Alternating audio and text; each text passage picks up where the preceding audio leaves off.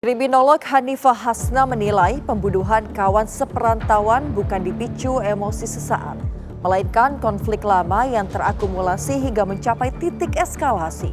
Inilah serial tabir, sakit hati kawan bunuh kawan, penghinaan berujung dendam kesumat.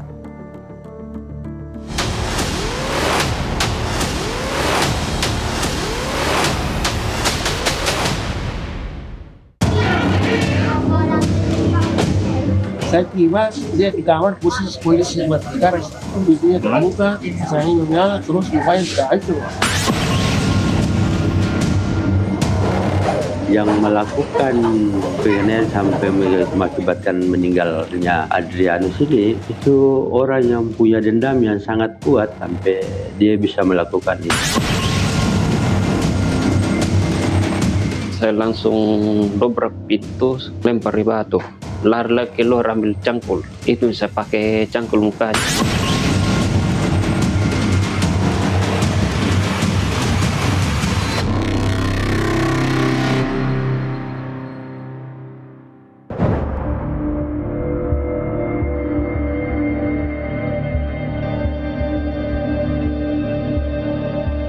Penghinaan terhadap pelaku ternyata menjadi awal dari rangkaian peristiwa yang berujung pada pembunuhan berencana terhadap Andreas Jalaroru.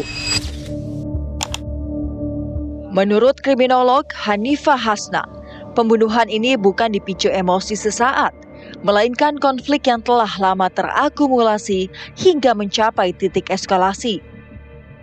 Kalau kita melihat dari prosesnya, ini bukan lagi emosi sesaat. Karena kita tuh sering melihat bahwa pemantiknya adalah keributan. Padahal sebetulnya bahan bakarnya sudah ada sejak lama. Bahan bakarnya itu kan berarti kemarahan yang disimpan lama, emosi yang tidak terregulasi, konflik yang tidak diselesaikan. Nah, kondisi-kondisi ini akan mengalami eskalasi ketika tidak ada penyelesaian di antara keduanya. Nah, ini menjadi bahan bakar. Nah, pemantiknya adalah kata-kata yang kurang menyenangkan tadi. Jadi kekerasan verbal yang dianggap sebagai permasalahan yang sangat-sangat ringan.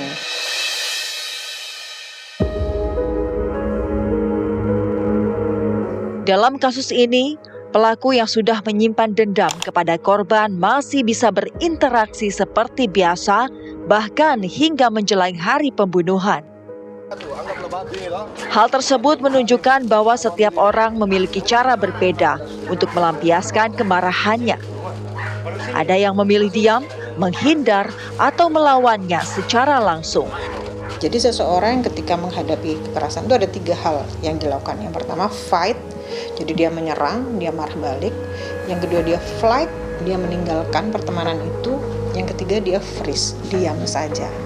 Nah, pada saat dia nge-freeze ini atau dia flight ini sebetulnya kan permasalahan tidak selesai. Kalau flight mungkin dia tidak akan ketemu dengan pelaku. Tapi karena ini dia mendiamkan tapi tetap ketemu langsung, berarti kan dia sebetulnya sedang memupuk perasaan kesal itu. Ketika dia menginternalisasi kemarahan itu, maka akan terjadi eskalasi. Di samping itu, cara pelaku menjalankan aksinya juga menjadi salah satu pertimbangan penting dalam membaca pola kejahatan ini. Pemilihan waktu saat korban tertidur hingga keputusan melanjutkan serangan menggunakan alat yang berbeda menunjukkan proses pengambilan keputusan secara sadar saat kejahatan berlangsung.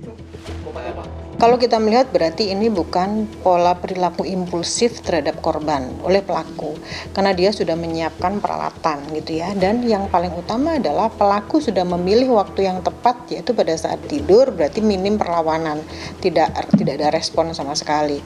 Dan proses dia memilih alat dari batu kepada cangkul ini berarti ada proses berpikir yang seharusnya ketika dia dalam kondisi normal dia bisa menghentikan ini diteruskan, berarti ini adalah kondisi-kondisi di mana pembunuhan ini dilakukan secara sadar.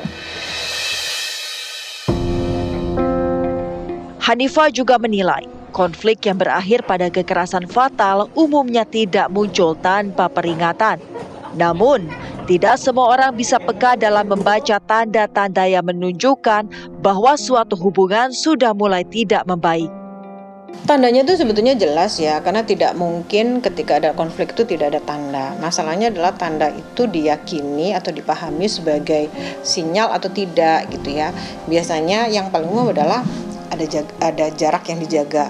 Satunya sudah mulai mengundurkan diri dari pertemanan itu. Terus ada komentar-komentar yang mengandung sarkasme atau sadis atau sesuatu yang menyinggung gitu ya. Karena dia sebetulnya berawal dari perasaan yang tidak selesai, dari regulasi emosi yang tidak selesai gitu ya. Kemudian yang dilakukan biasanya adalah ancaman-ancaman kecil yang tidak dianggap serius. Padahal itu sebetulnya adalah ungkapan perasaan. Fantasi terkait dengan kekerasan yang akan dilakukan. Aku kalau ketemu dia, aku akan membunuh dia, aku akan memukul. Nah, kondisi-kondisi seperti ini sebetulnya tidak bisa disepelekan karena kriminal mindnya sebetulnya sudah main di situ.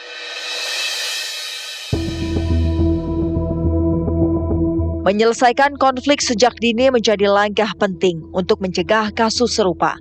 Komunikasi yang sehat serta menyelesaikan permasalahan secara terbuka menjadi kunci agar dendam tidak berubah menjadi tindakan kriminal. Jadi dalam semua hubungan, baik pertemanan maupun hubungan asmara gitu ya, yang paling harus dimiliki paling awal adalah komunikasi. Ketika komunikasi positif, segala sesuatu bisa dibicarakan dengan baik-baik, maka ini juga akan meminimalisir konflik. Yang kedua, cara seseorang dan hubungan tadi itu meregulasi emosi. Tidak banyak orang yang bisa meregulasi emosi. Yang terakhir adalah keterampilan menyelesaikan konflik itu sendiri, gitu. Karena ketika konflik ini selesai, maka dendam itu bisa diminimalisir sehingga tidak akan terjadi kekerasan lebih lanjut. Kasus ini menjadi pengingat bahwa bukan sekedar ucapan yang memicu kekerasan, melainkan dendam yang terus dipelihara tanpa pernah dicari jalan penyelesaiannya.